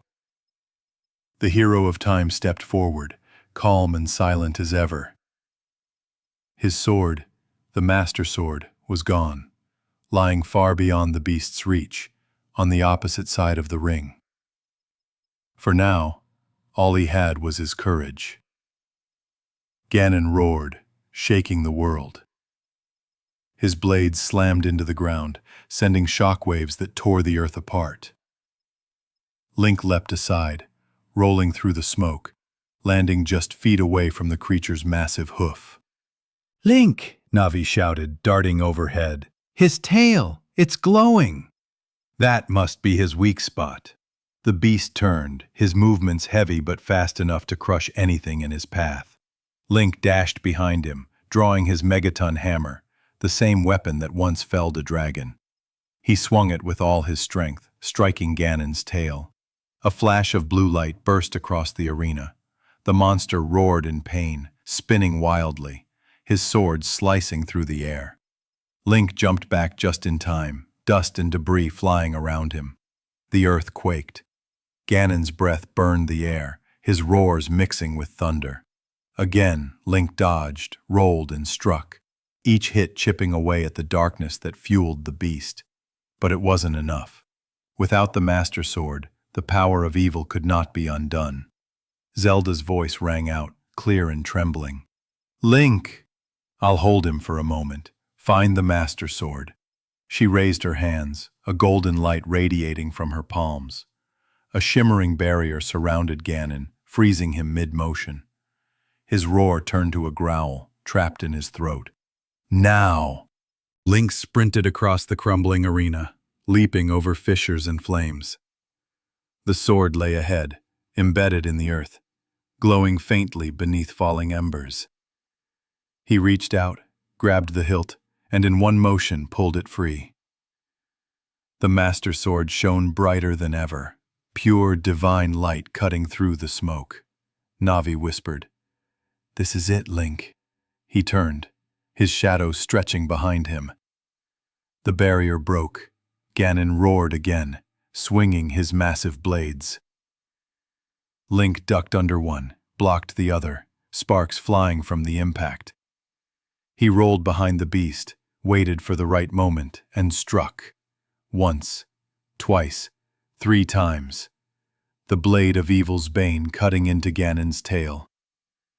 Each strike sent tremors through the ground, the light of the sword burning brighter with every hit. Ganon stumbled, growling in fury. Zelda joined her voice to the chaos, chanting softly, her power forming runes of golden light around the battlefield. "Link, now! Deliver the final blow." The hero dashed forward, dodging the creature's final swing. He leapt into the air, every motion slowed by the weight of destiny. His green tunic flickering in the firelight, his sword gleaming like starlight in the night. He struck.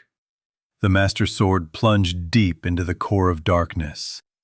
For a heartbeat, the world went still. Then, a shock wave of light burst outward, sweeping across the ruins and sky, washing away the storm. Ganon froze, his body trembling, his breath fading to a growl. Then, slowly, he collapsed to his knees. The glow in his eyes dimmed. Zelda raised her hand, her magic sealing him where he knelt. "Evil One," she said softly, voice firm but mournful. "By the power of the sages and the hero of time, you are banished from this realm." 6 pillars of light surrounded them, the voices of the sages echoing across the broken land. "Ganondorf, King of Evil, we seal you away forever." The ground opened, swallowing the beast in light and shadow. And just like that, silence.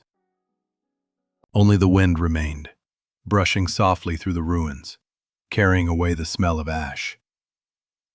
Link stood still, his chest rising and falling, the Master Sword still warm in his hands. Zelda approached slowly, her expression gentle, eyes shining with relief, and something sadder. "It's over," she whispered. "You did it, Link. The curse is broken." For the first time in what felt like ages, sunlight touched the ruins of Hyrule. The land was free. The battlefield was silent now. The flames that had swallowed Hyrule's heart were gone, leaving only smoke curling upward into the gentle morning sky. The great monster had fallen, and with him, the curse that held the land. For the first time in 7 long years, Hyrule was still. Link stood at the edge of the ruins, the Master Sword glowing faintly in his hand. Zelda watched from beside him, the wind brushing through her hair, her gown torn from the battle but still radiant in the new light. They didn't speak for a long time. The sun rose slowly, painting the horizon in gold. It touched the mountains, the rivers, and the forests. All the places Link had walked, all the people he'd met, and all the friends who now watched from afar. Then Zelda finally turned to him. "Link, thank you," she said softly, her voice trembling between relief and sorrow. "You have done what no one else could. You've saved Hyrule." He nodded quietly, eyes lowering. But she wasn't finished. Her gaze lingered on the sword in his hand, the blade that had stolen his childhood and carried him through a lifetime of struggle. "You shouldn't have had to bear this burden," she whispered. "You were only a boy when destiny took you from your home." She stepped closer, lifting her hands. "You have fulfilled your purpose as the hero of time. But now, it's time to return you to where you belong." The 6 sages appeared in a circle of light, their voices gentle as they chanted words older than the kingdom itself. Zelda looked up at him one last time. "When you wake, the world will be as it was, before all this began. You'll be home in the forest, with the time you lost, returned." Link wanted to speak, to ask her what would happen to her, to this world they'd saved together. But, before he could, her magic surrounded him, warm and weightless. The Master Sword began to glow. Light filled the chamber, wrapping him in calm and peace. Zelda's voice echoed faintly as the temple faded around him. "Goodbye, hero of time." The world dissolved into gold. When Link opened his eyes again, the air was green and soft. Sunlight streamed through the canopy above. Birds sang. The smell of moss filled his lungs. He sat up slowly. The Temple of Time was gone. The battle was gone. He was back, a child again, standing before the Master Sword, resting quietly in its pedestal. Navi hovered near him, blinking. "We're back, in our time." He looked around, everything so familiar yet impossibly distant. The sword gleamed in the morning light, silent, waiting for the next hero who might one day need it. Link stepped back, leaving it there, not as a weapon but as a memory. Outside, the Kokiri Forest was alive again. The wind rustled through the leaves. The children laughed. It was as if nothing had changed. Yet everything had. Link paused at the edge of the forest, looking out over the hills, the same way he had all those years ago when his story began. Navi hovered close, her light softer now. "You did it, Link. You really did it." He smiled faintly. The trees whispered. The air was peaceful. But then, just as the wind settled, Navi fluttered upward, her wings catching the sunlight. She hovered there for a moment, shimmering, and then turned away, drifting off into the forest. Link reached out, startled, but she was already gone, her light fading between the trees. He stood quietly, eyes following her trail until it disappeared. Then he turned back toward the forest path and began to walk, slowly, peacefully, like a boy whose heart had seen a lifetime in a dream. And, for the first time in forever, Hyrule slept peacefully beneath the morning sun. The forest breathed gently, its canopy glittering with dew. Birds sang songs that hadn't been heard in years, and sunlight danced across the moss-covered ground. The world felt new again. Link stood in the clearing of the Kokiri Forest, his boots damp with morning mist. Everything was just as it had been before destiny found him. Yet it all seemed quieter, older somehow. He walked past familiar faces, the Kokiri children laughing, chasing each other, their fairies twirling in playful circles above them. They didn't know what had happened. They couldn't have. For them, no time had passed at all. Mido crossed his arms, watching Link curiously. "Hey, where have you been?" he asked. "The great Deku Tree's been waiting." Link just smiled faintly and nodded. He didn't try to explain. How could he? How could anyone describe what it meant to save the world and then return to the morning before it ever broke? He stepped toward the grove where the great Deku Tree sprout now grew, small, bright, and full of life. Its leaves rustled as it spoke in a kind, young voice. "Welcome home, hero of time. The forest has missed you." Link knelt quietly, placing his hand against the sprout's trunk. The soft pulse of the earth hummed beneath his palm. For the first time since his journey began, he felt at peace. Still, a thought lingered. Of Zelda, of the sages, of all the lives touched by his quest. Were they safe now, somewhere far, in a future he no longer belonged to? He looked up at the sun filtering through the trees. The world was whole again, but in his heart, he knew that time never truly erases what it remembers. The forest breathed gently, its canopy glittering with dew. Birds sang songs that hadn't been heard in years, and sunlight danced across the moss-covered ground. The world felt new again. Link stood in the clearing of the Kokiri Forest, his boots damp with morning mist. Everything was just as it had been before destiny found him. Yet it all seemed quieter, older somehow. He walked past familiar faces, the Kokiri children laughing, chasing each other, their fairies twirling in playful circles above them. They didn't know what had happened. They couldn't have. For them, no time had passed at all. Mido crossed his arms, watching Link curiously. "Hey, where have you been?" he asked. "The great Deku Tree's been waiting."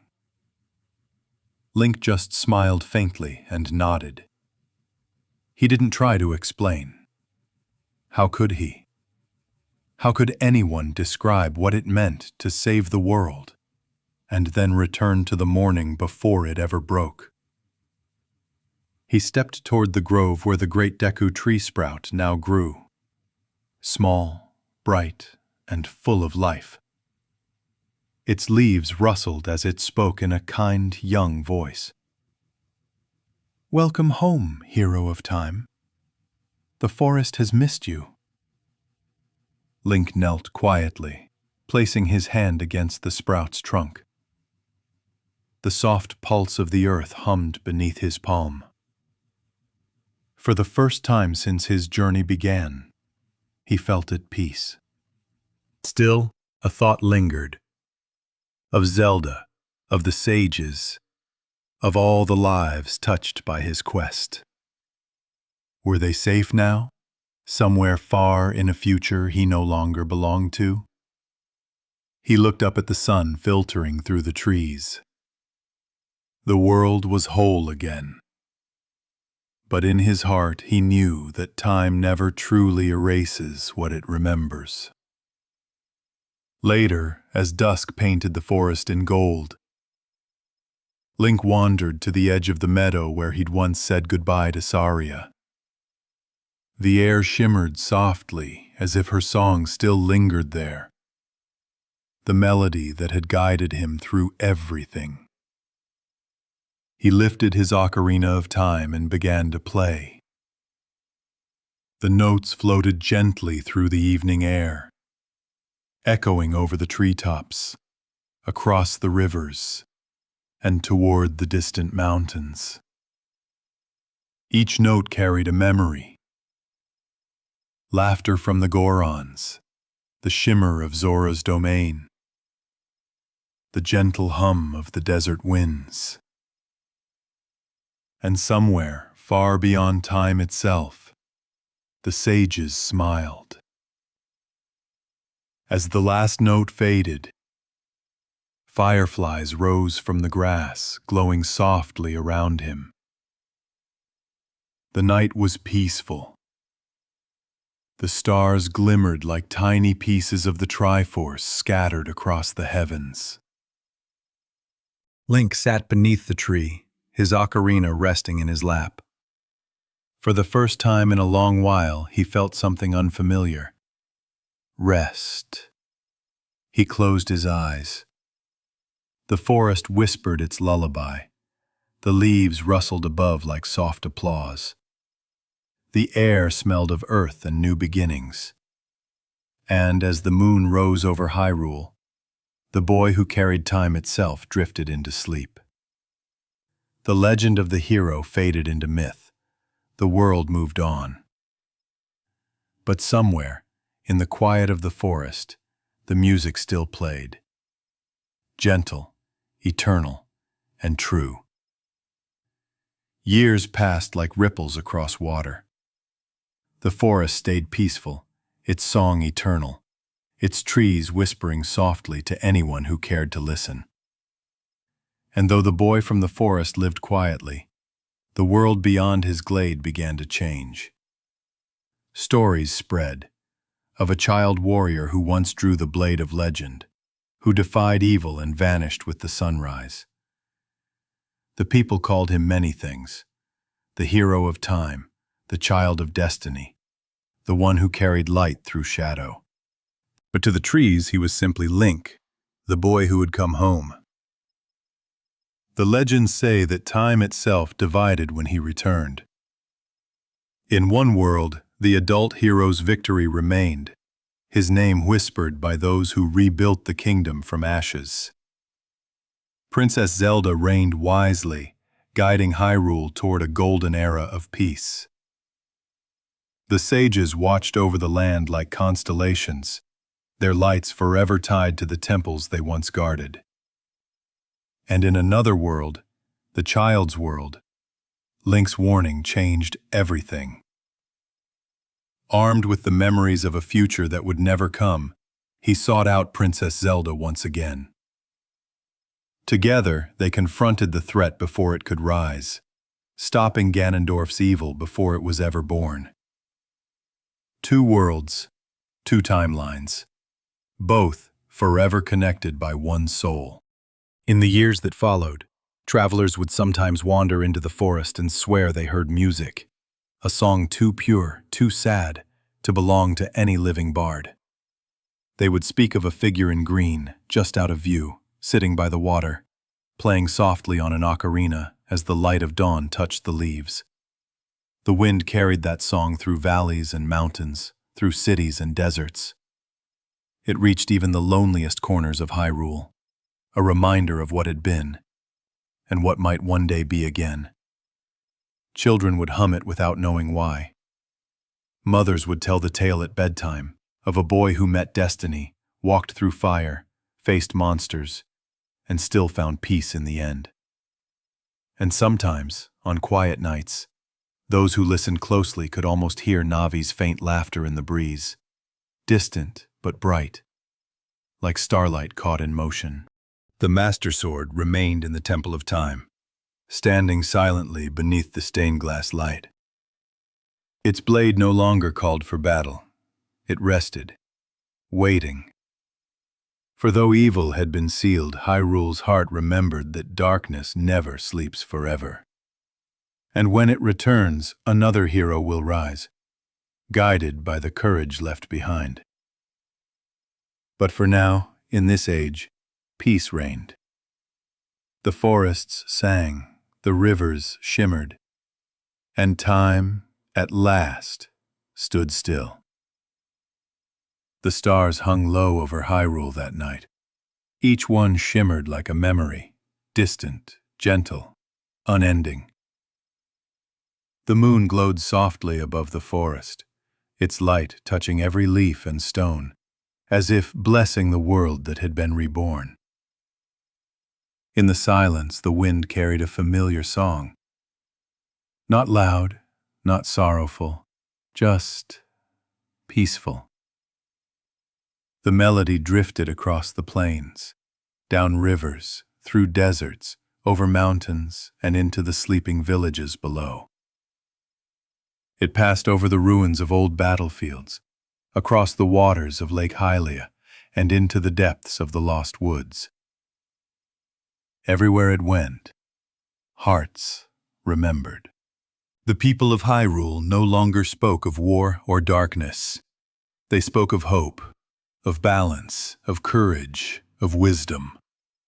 And though time itself flowed endlessly forward, it never forgot the hands that had once held the ocarina or the sword. For in every era, when shadows stretch too long and the world begins to lose its light, the same melody returns, gentle and unbroken, carried by a new voice, a new heart. A young hero will always rise, wearing green and guided by destiny. A princess will always awaken, carrying wisdom in her eyes and compassion in her soul. And together they will always stand against the storm. It is not just prophecy. It is the rhythm of existence, the heartbeat of Hyrule itself. Far in the forest, beneath the canopy of stars, the boy who once carried the weight of time sat quietly by the stream. His reflection shimmered softly in the water as he lifted his ocarina and began to play once more. The notes floated upward, merging with the night breeze. Somewhere, faintly, another instrument, a harp, joined him, its tone warm and distant, as if time itself were harmonizing in gratitude. For just a moment, the worlds were one again, child and adult, past and future, light and shadow. And in that moment, the legend lived on. As the last notes faded into the night, the camera of imagination panned slowly upward, through the trees, past the stars, toward the dawn. The light of a new day began to rise. The song ended, but the story never would. For every era needs its hero, and every heart remembers the Song of Time. The Legend of Zelda, Ocarina of Time. The end. And so, the legend of the hero of time comes to rest. A boy who grew into a man, who saved a kingdom, and then returned home to peace beneath the forest light. Thank you for listening to Sleepy Gamer Stories. If this tale helped you relax, please like, subscribe, and tell us in the comments which world you'd like to dream through next. Until then, rest easy, hero. Your adventure is complete for tonight.